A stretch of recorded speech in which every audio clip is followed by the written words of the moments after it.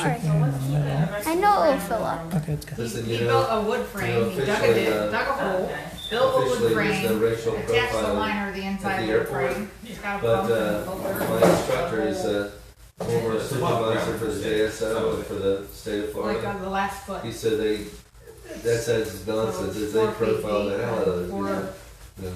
4 feet 2 inches or something. And If you're lots of from foot Iran, of wood if you're from Iran, oh, you get the He did Yeah, it full himself. body Like, search, the whole yeah. thing was like, You get it tractored or they just haul stuff? You yeah. Okay, so you help yourself to the source sheets. get a utility person to make sure you didn't have anything,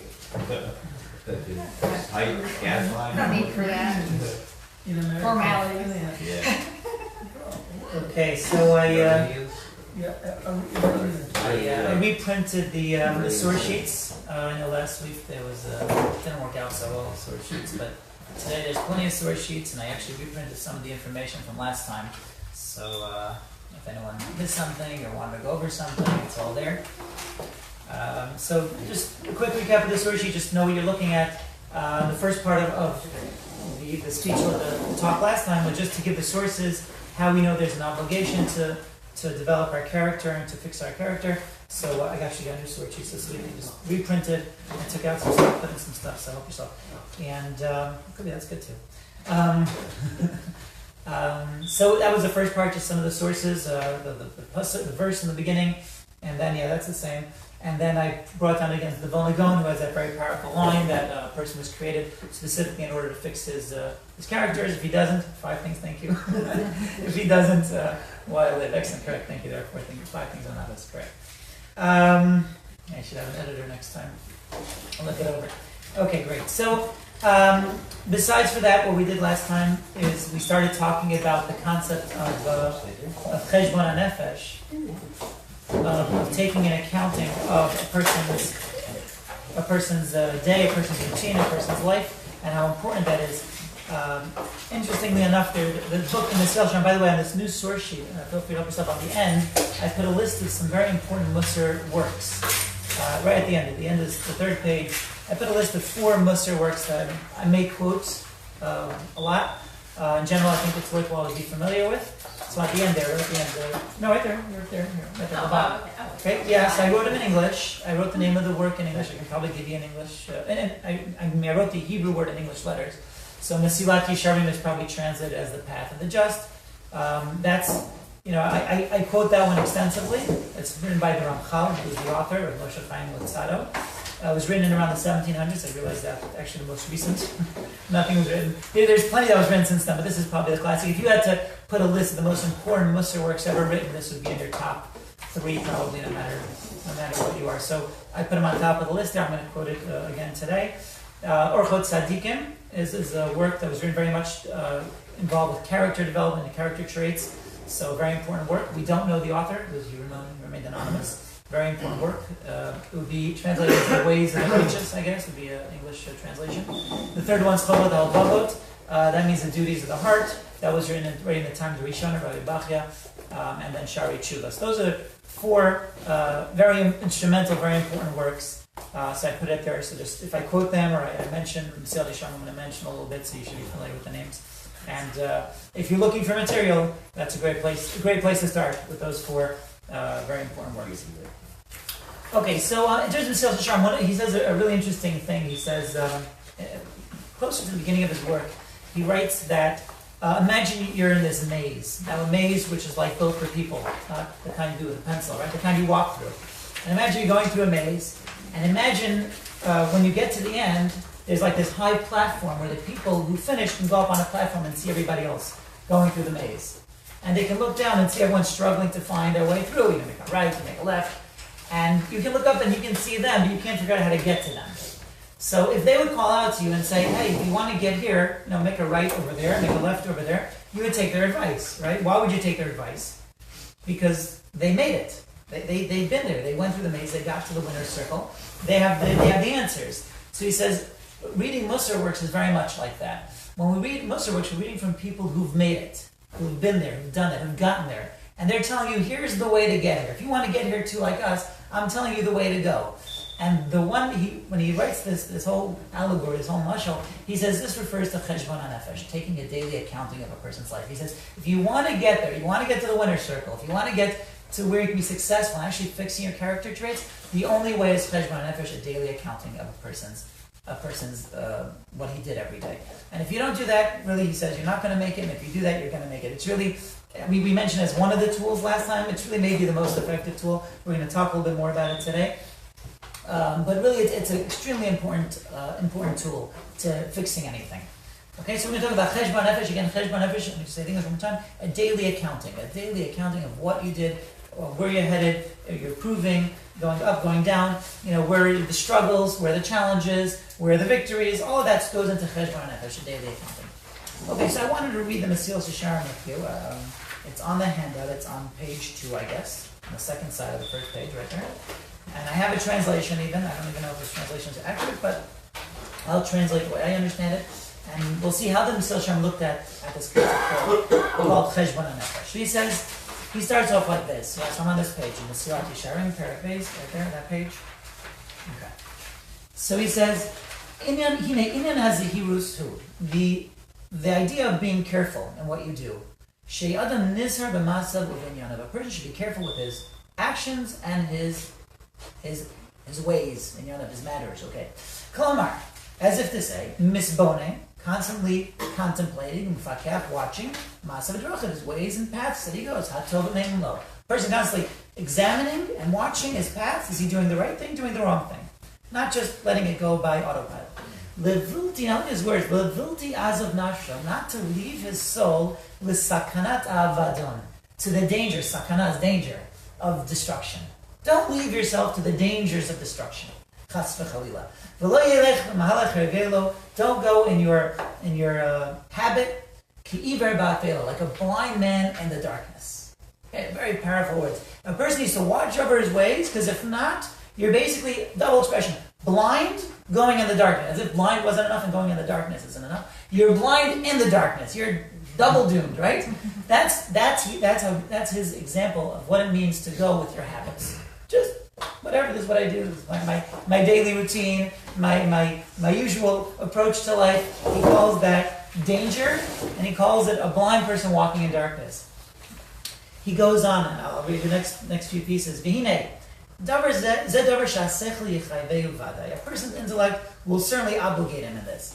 A person has wisdom, he has intellect.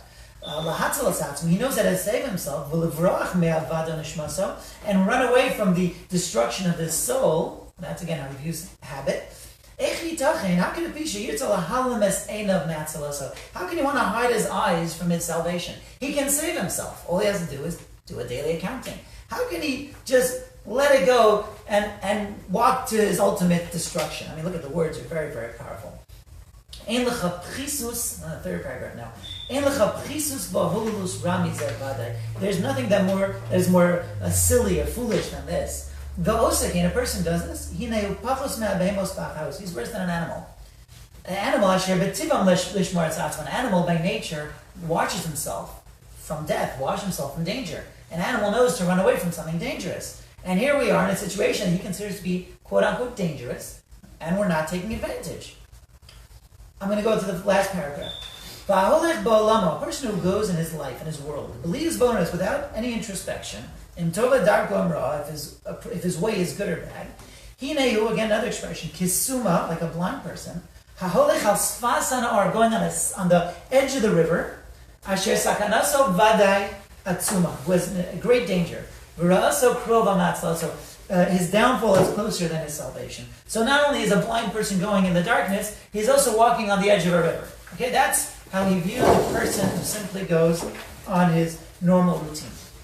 He calls it, and that's, okay, I'm going to leave you to think about this and look this over. This is a very powerful statement in the way he views life without contemplation, without thinking about it, without taking this daily accounting. Just kind of letting it go, living the way we live, daily routine. I'm just as guilty, by the way.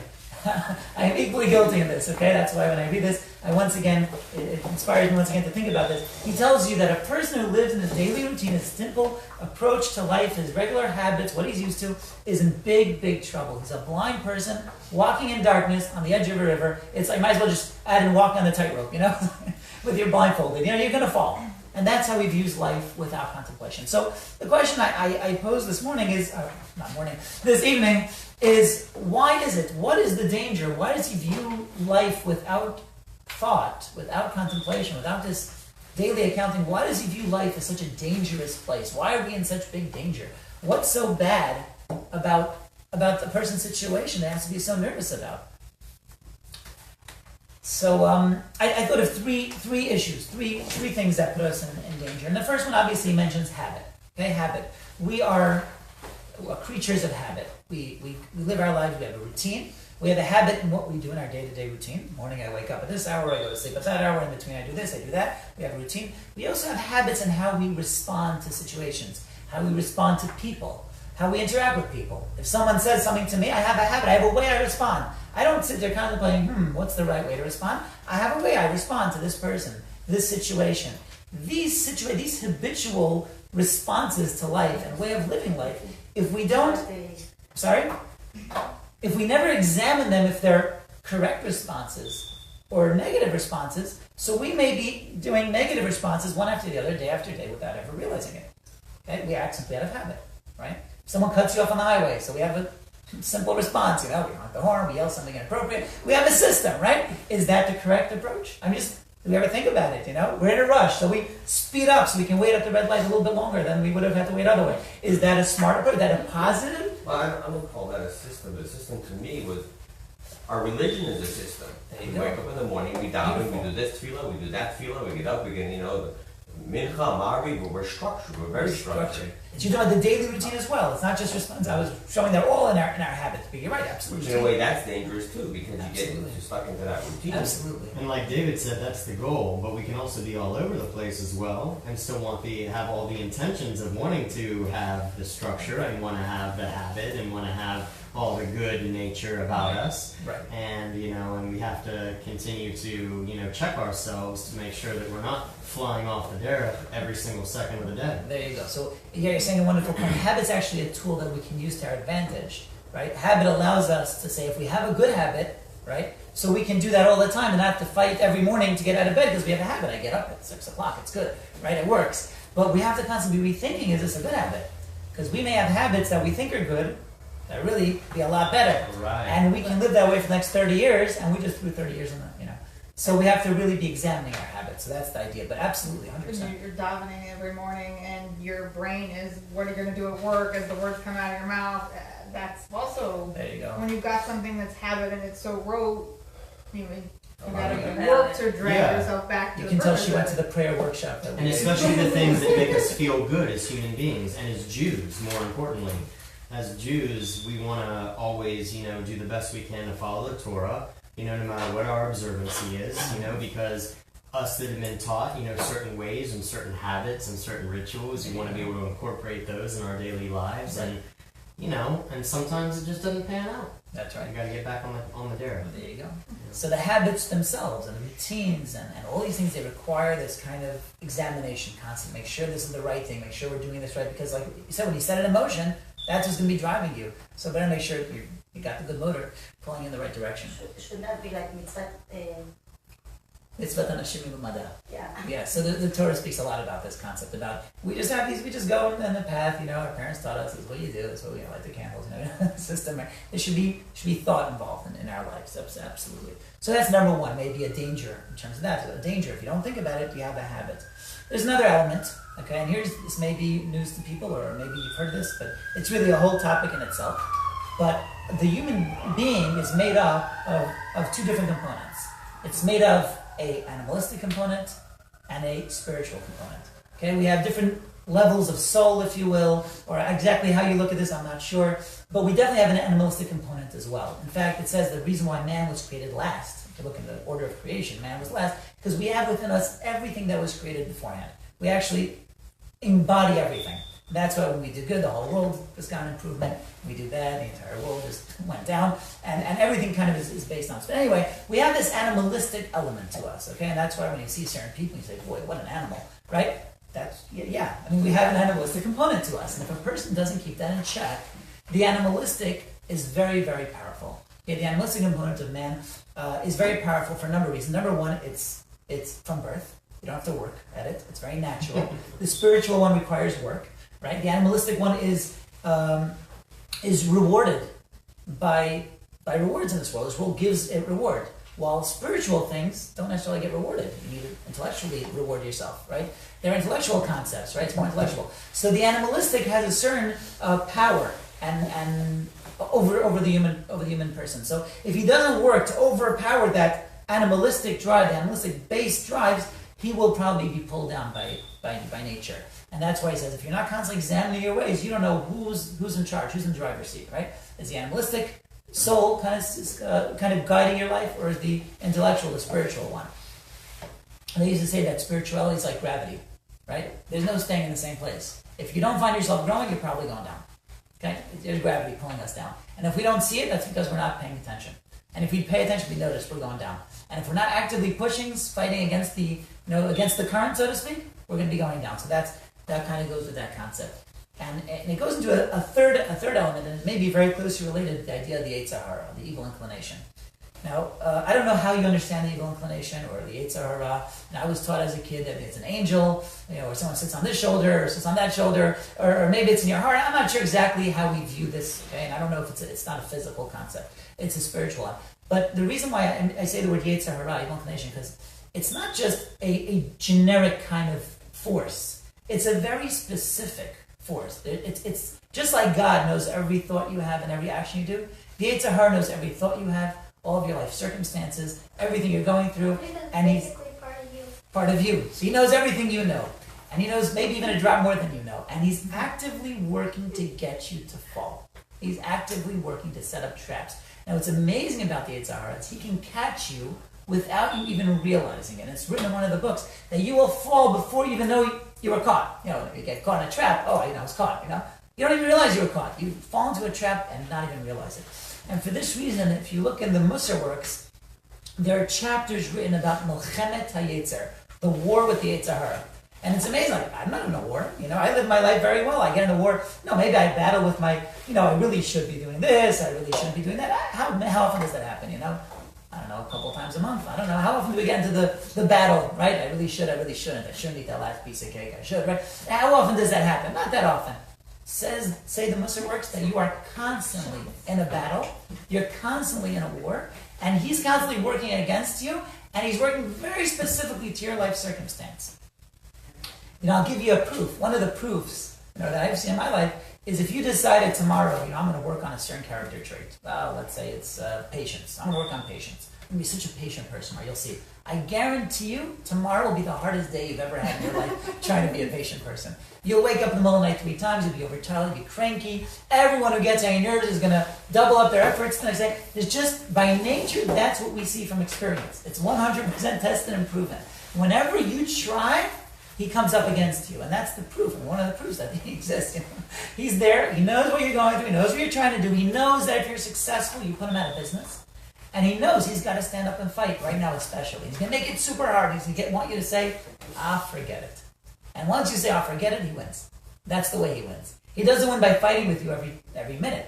He wins by you saying, I give up. This is not for me. I can't do this.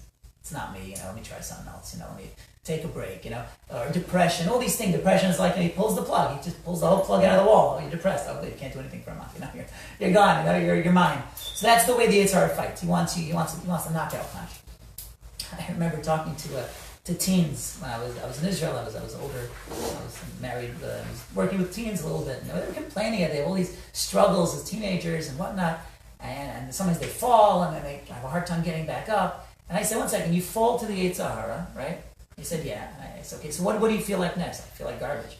I said, well, what does that feel like garbage? Who's giving you that feeling? Is that your evil inclination or your good inclination? Who's feeding you that? He said, well, it must be my good. It's true or repentance. I said, no, you make a mistake. That's your evil inclination. First, he gave you a jab.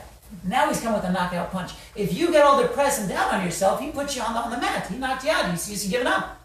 That's the knockout. The knockout punch is the I feel like garbage. That's the knockout punch. You got to get back up. You got to get back into the fight. You got to hit. You got to give some back. You got to keep fighting. Yeah, you're going to take some hits. Who wins the fight without a right?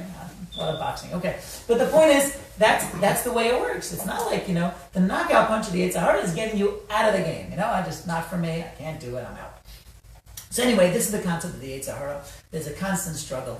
I remember I came to the first day in a new Zman, and a new a semester in yeshiva, and as you go into this a big base medrash, maybe 300 or a lot of American kids in this particular room, and right outside I see a kid standing by a sink. They had sinks right outside the big study hall, and he's very upset. He's washing his clothes. And I go, what happened? He says, you wouldn't believe it. First day of the new semester, first day of the 6-month semester. On the way to yeshiva, I'm coming. I'm all excited. I'm all the time. I got hit by pigeon droppings. Okay, what are the chances? Pigeon droppings.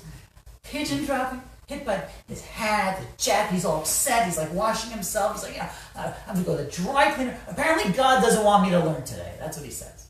That was his approach. And I understood it. Frustration. He's right. How many people get hit by pigeon droppings? It's not like New York, it's Jerusalem. I don't know. Anyway, so I was a little bit, but I said, wow, the Yetzer Hara will do anything to kill your momentum, to kill your drive. You're all excited. The new Zman, new semester, first day, you're really pumped. You're gonna get into it and put all your energies, all your failings you put aside, and you're ready to go. And then bird droppings, Go take, and that's the way the Yetzer Hara works. Okay, he's always going to be getting us right in the beginning. Make sure we just throw in the towel. So anyway, that's a very, very important step. So to sum it up, the Mesilas Yesharim says if we don't do this daily accounting, if we're not constantly on our game, we are sure to fall. We are sure to fall, I think, for 3 reasons. One of our, first of all, our habits. Second of all, our animalistic nature that's within us, like it or not. And the Yetzer Hara, who's working very, very specifically to try to get you to fall. So if not very aware, if we're not in the war, if we're not fighting, we're not doing all these strategies, he says, we're in big danger. We're blind people in the dark on the edge of a river. Okay, so now, how do we do this? What's the practical way? How do we do this daily accounting? How does it work? So there's a work that was written called Cheshbon HaNefesh. Literally, that's the name of the work. It was printed by a rabbi based on the Bishal Salanter actually told this rabbi to write this particular work. And I actually printed, I have in your handout a little example of how his Cheshbon HaNefesh works. Let me go through it a little bit with you. You don't need the chart just yet. But basically what he recommends doing is making a list of traits. I threw in some random traits into this list. It doesn't have to be your list, okay, your list. Maybe as we go on, you'll get ideas of what you want to put in your list. But a list of things you feel you need to work on. And he says, work on each trait for a week. Don't do more than a week. This is his recommendation. Again, everyone knows themselves better. But do it for a week. Why a week? A week gives you adequate time to work on it, to really see results, hopefully, in the course of the week. 7 days, solid, every day. You have your Shabbos in there. You have your Sunday in there. You got your Friday, which can be a real pressure cooker. You get everything in there, right, to try to work on that trait. And you don't want it to be too long, because when it drags on too long, it loses its freshness. It loses its energy. You want to be energetic about it. You want to be excited about it. So work on it for a week, and then move on to a different trait. And then leave it on the back burner. It can still be there, but your focus is on one trait at a time. And the reason, again, you can't fix everything all at once. Impossible. No way to take the list and say, okay, I'll do it all tomorrow. It's not going to happen. One trait at a time. Focus on it, and do a daily accounting with this trait in mind. Okay, that's the way he recommends. Everything else goes on the back burner. Do you finish the list? Start again. And what he recommends, if you keep doing this, let's say you have a bunch of these charts. I would honestly, if I was making this chart for myself, I would make it a little bit bigger. I'd make bigger boxes. Okay, because what do you want to put in the boxes? We'll talk about in a minute. But you want to go back to, and you want to start seeing that as you do this week, or not week, but cycle after cycle, so this is a 9-week cycle, you want to start seeing significant improvements over time. You want to start seeing the third time you hit the cycle, you hit, let's say, equanimity, which menuchat hanefesh, which means being calm and relaxed under all circumstances. You want to start seeing results, right? Because results help us keep going. So the first time, you'll be a mess. The second time, you'll start seeing small improvements. The third time, you'll start seeing some more significant improvement. And you want to start seeing, based on what you're writing in these boxes, you want to start seeing significant results over time. Of the course of the year, you want to look back and actually pride yourself. Don't get pride, don't get haughty, but you want to give yourself a pat on the back and say, wow, look how far I've come. So that's the idea. This is the way he recommended to take this. Now, he also said if you want to be successful, we also mentioned this last time, is you have to have content. You have to be working from the inside and from the outside. You can't just say, I'm going to be this way. You have to study the topic. So he himself wrote, I think 13 chapters on 13 different character traits. Orchot Tzadikim is a great resource. We'll go through a few character traits. But basically, you want to have content. You want to have something that's inspiring on that particular character trait. You can technically write your own content if you want. You can write, I think, being tolerant of other people, or being tolerant, being patient under all circumstances is a really, really important trait for this and this and this reason. If that's inspiring to you, then you can use that. But the idea is you want to constantly have this certain content that you're reviewing. You're reviewing this content, you're being inspired again every night, and then you're going through your day. Let's see, how did I do with being tolerant? How did I do with being patient today? Okay, so I had this circumstance. Okay, yeah, that didn't go very well. Oh, the kids, that didn't go well either. Okay, now you want to go through your day and see where the challenges came, where the victories came, and you want to make little notes of it, and that's the idea of the box. Okay, like I said, I would have a much bigger box. I would make a Google chart and make a big box and have a lot to write. Okay, so that's the way I would do it. He says another idea. After you go through that content, let's say you have 5, 6, maybe you have a chapter that is inspiring, it talks about this particular trait. He says break it down to a one-liner. You're not going to carry the chapter around with you all day, but a one-liner you can. I see today a lot of people have these rubber bracelets. They have their, be strong, courage, I don't know. So he said that kind of idea. I don't know if you need a bracelet, seems like you're trying to show everybody else, but the point, you want something that's going to remind you. He says put on a small piece of paper and have it accessible throughout the day. So you're focused throughout the day. And the idea is, that's some beautiful words. He says, throughout your day, when you're working, let's say on particular patients, let's say, as your trait, you should be looking for opportunities throughout the day to exercise this character trait. So if you're working on patience, you're thinking, okay, throughout my day today, I know where I'm going to have to put in the patience the most, right? I know when my kids come home from school, oh yeah, that's when I need to have the patience. Or when I go fight for the parking spot. Jacksonville wasn't that bad. All right, so when I have wherever the patience is most needed, or whatever character trait you're dealing with, you know when the challenges are greatest. Right? If silence, let's say you're working on silence, because you know that sometimes you have a loose cannon, you say things you don't want to say, right? So you know which parts of your day elicit that aspect of you, that element, and you want to be looking for it. So instead of running away from the challenges, you're actually actively seeking the challenges, because you're very focused. Again, the idea is be focused on the character trait, not running away from the character trait, focus. So I'm working on this character trait this week, I'm focused, I know exactly where it's going to happen, I'm looking for it, I'm excited about it, and after I'm done, I'm going to write about it at the end of the day. So you're very, very focused. Okay, another thing. When you do this at the end of the day, you account, how did I do today? He says you have to make sure you have menuchat hanefesh. You're very, very calm.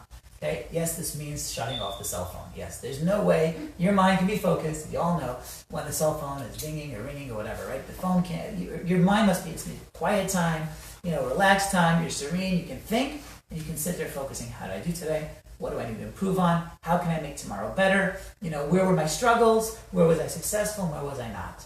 And if I wasn't successful, why not? What can I do different? And that's the kind of approach you need. You need that nightly.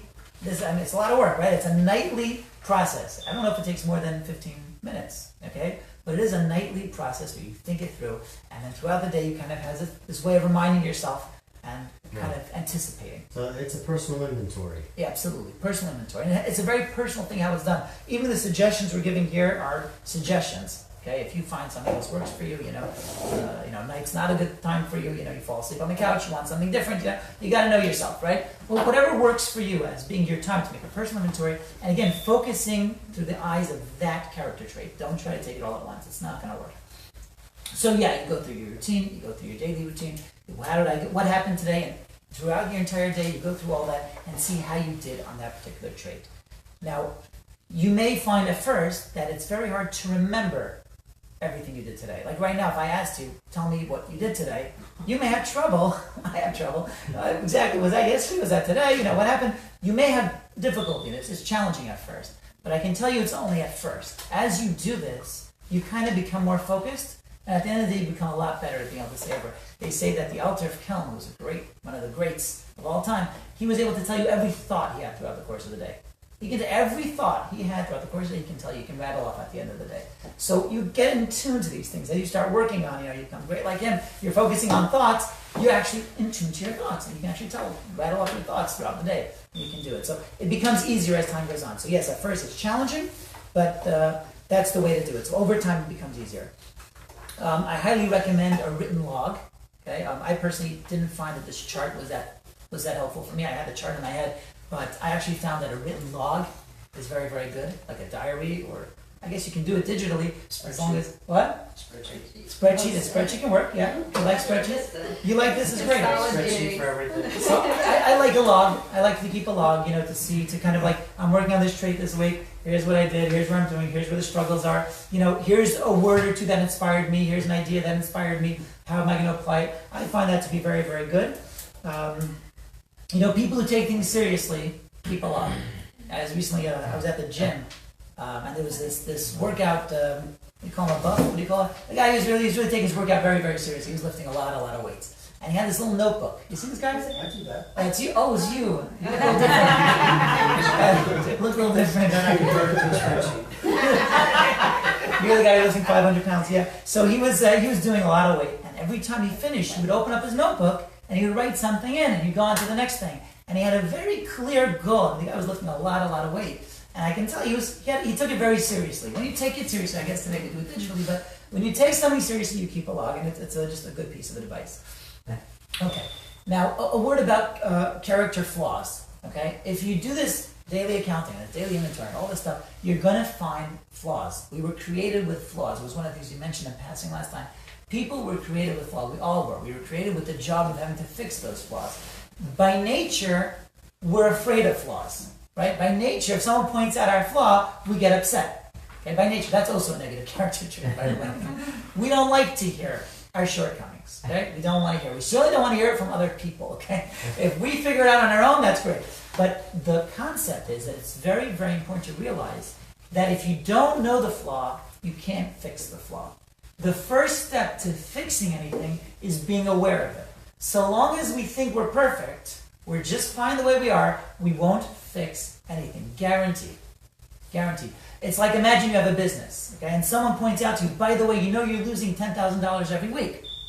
You'd want to know that. You'd say, thank you, sir, for telling me this. The first step to me fixing the $10,000 a week loss is knowing that's there. And if I don't know it's there, I ain't going to fix it. So we're very grateful. We should be grateful we find something like that out. Same thing about our personal inventory, personal character traits. If we find out we have a flaw, we won't be happy if someone points it out, right? We'll be very upset. But think about that, right? Spouses are very good at nailing these things on the head. You're so intolerant, you're so selfish, you're so careless, right? So we don't want to hear that. But think about it later. Okay? Sometimes there's some wisdom there, and pointing out those flaws is the only way of fixing them. So when you find a flaw, the great Musar rabbis would sit there studying, and they would at times even start yelling as they were studying.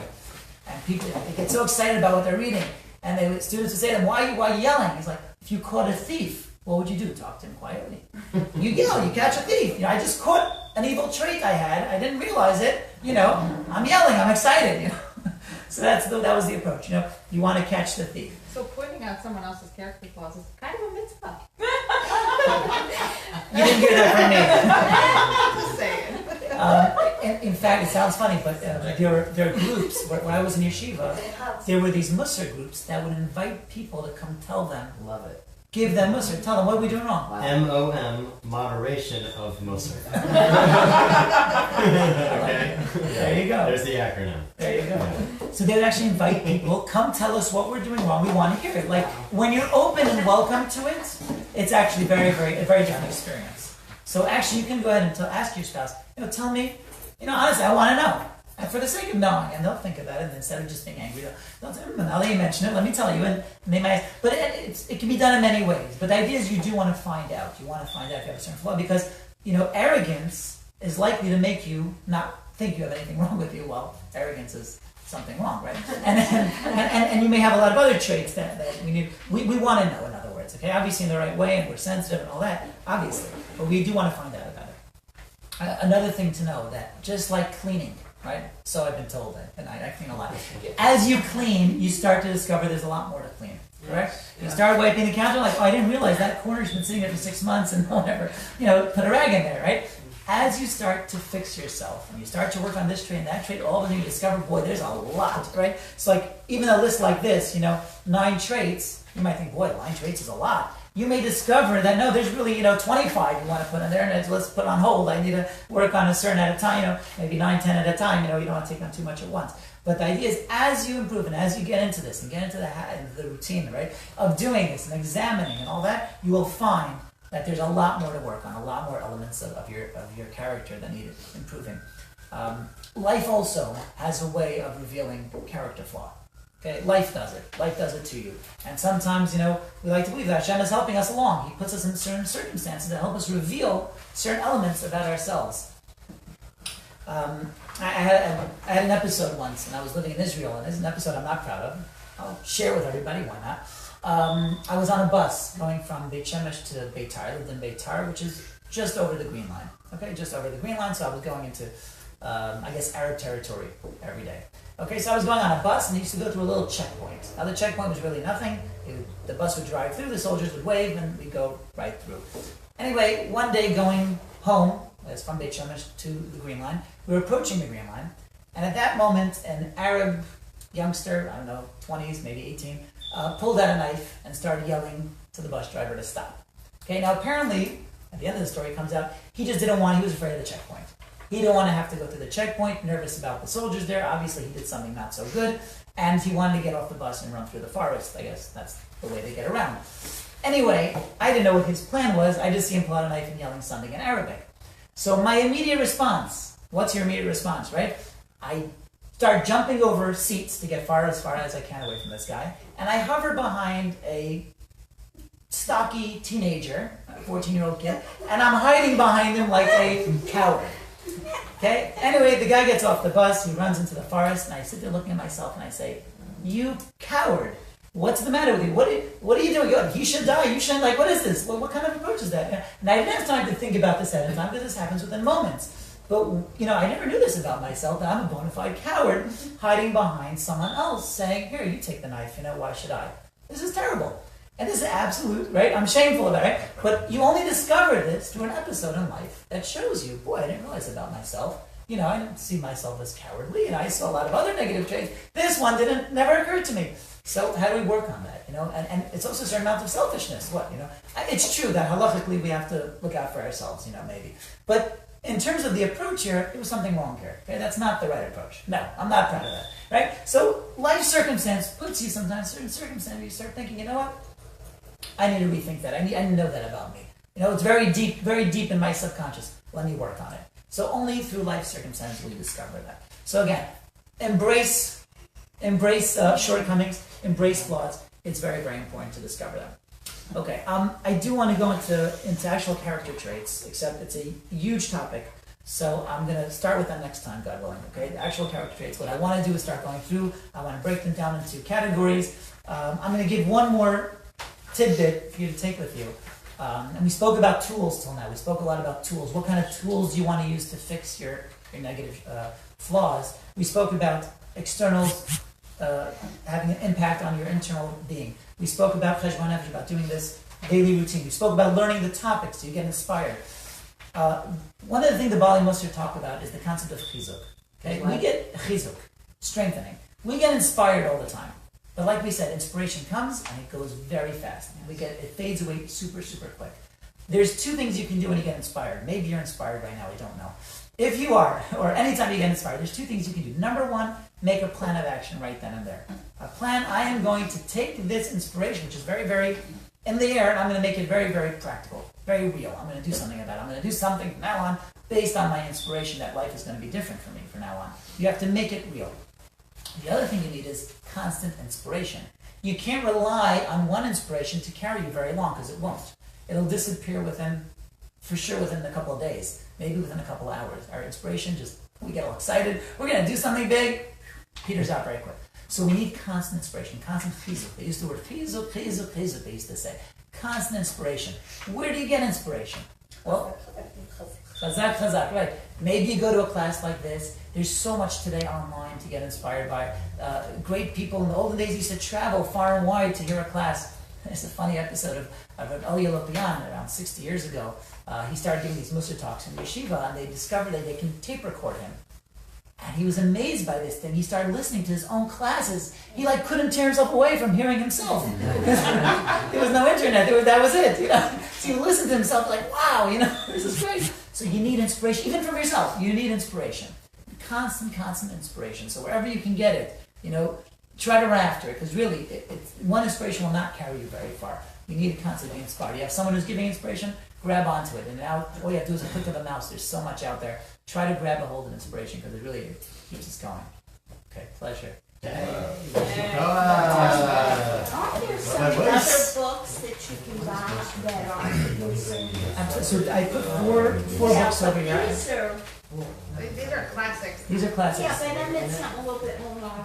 More modern. Okay, let me A look. little bit. So I have this collection. Sorry, I picked it up and read the first pages like probably 20 times. And you can't go through it on your own. You don't have to finish it. If you have the first chapter your whole life, I feel like I read it and was like, did it affect you to find inspiration from it? no, I can't get through it. Which one? This section, the first part. They have an English word, it's the path of the just.